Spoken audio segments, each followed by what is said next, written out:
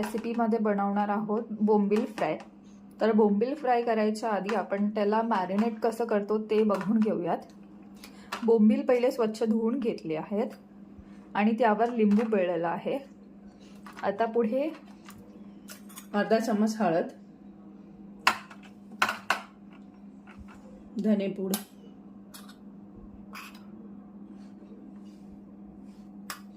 जिरेपूड, गरम मसाला, ही लाल काश्मीरी मिरची आहे, अर्धा चम्मच लाल तिखट,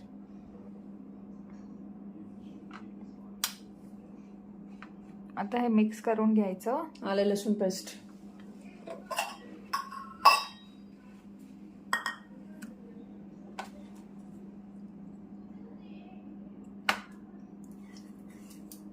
दोन चमचे आलं लसूण पेस्ट,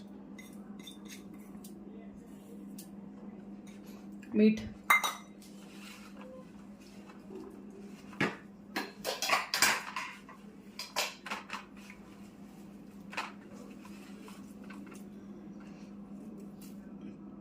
अजून थोडं अर्धा चम्मच,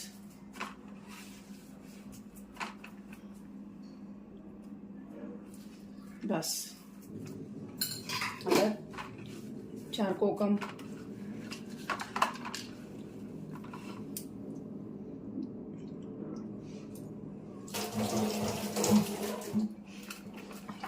आपण हे मालवणी पद्धतीत बनवणार आहोत। कोकम चांगले मॅश करून घ्यायचे।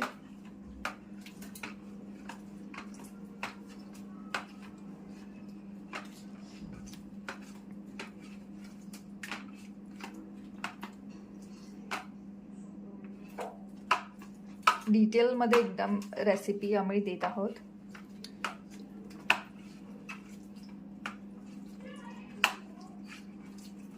हे सर्व मिश्रण एकत्र करून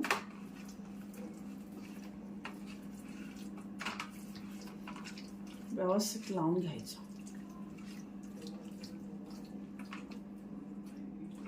सेम मिश्रण बांगड्यासाठी पण लावायचं आहे।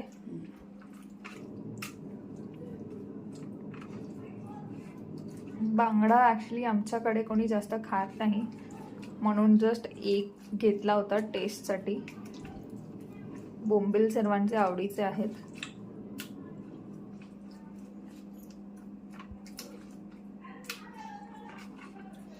आता हे अशा प्रकारे लावून ह्याला साधारण अर्धा पाऊण तास तरी ठेवायचं, म्हणजे ते चांगलं मॅरिनेट होईल। त्याची चव, कोकमाची चव त्याला चांगली लागते।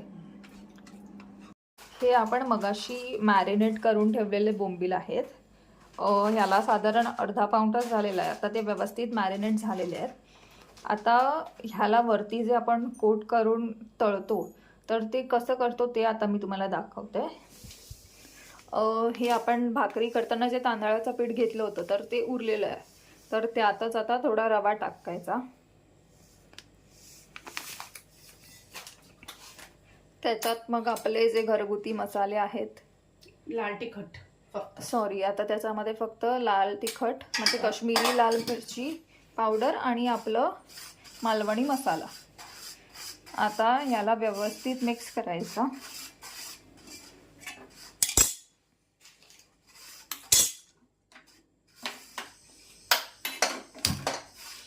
आम्ही सेम तवा वापरतोय जो आपण मगाशी भाकरीसाठी वापरला होता। आधी भाकऱ्या करून घ्यायच्या, कारण मग कसं आता व्यवस्थित आपण, कारण बोंबीलला तेल खूप लागतं, तर शेवटी मग तळायचं ठेवायचं। तेल व्यवस्थित तापवायला द्यायचं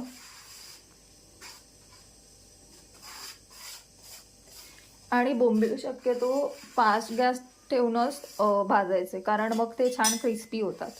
आणि स्लो ठेवलं तर कसं तेल पण जास्त शोषलं जातं।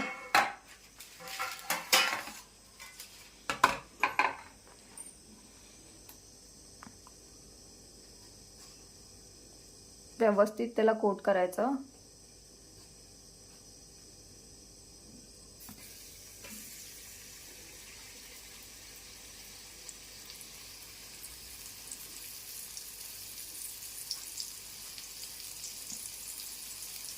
तांदळाचं पिठाने कसं ते थोडं क्रिस्पी होतात.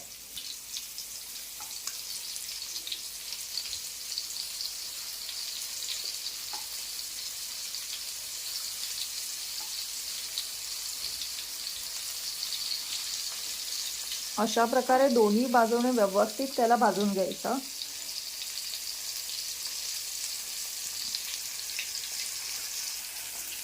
आता एका बाजूने व्यवस्थित ते शेकलेले आहेत.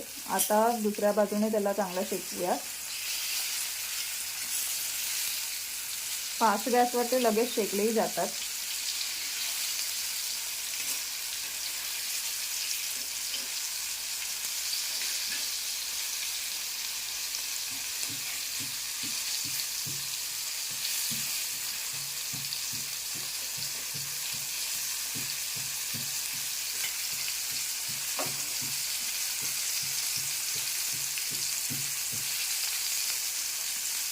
साधारण अजून 1-2 मिनिटं लागतील व्यवस्थित शेकायला, मग आपण काढू शकतो.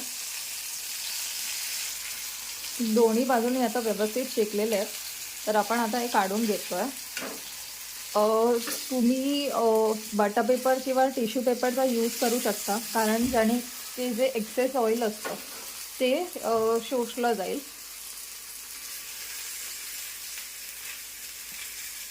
आता अशा प्रकारे जे पण उरलेले बोंबील आहेत ते आम्ही फ्राय करून घेतो आणि एक बांगडा आहे तो देखील फ्राय करून घेतो. छान कुरकुरीत असे झाले आहेत आपले बोंबील.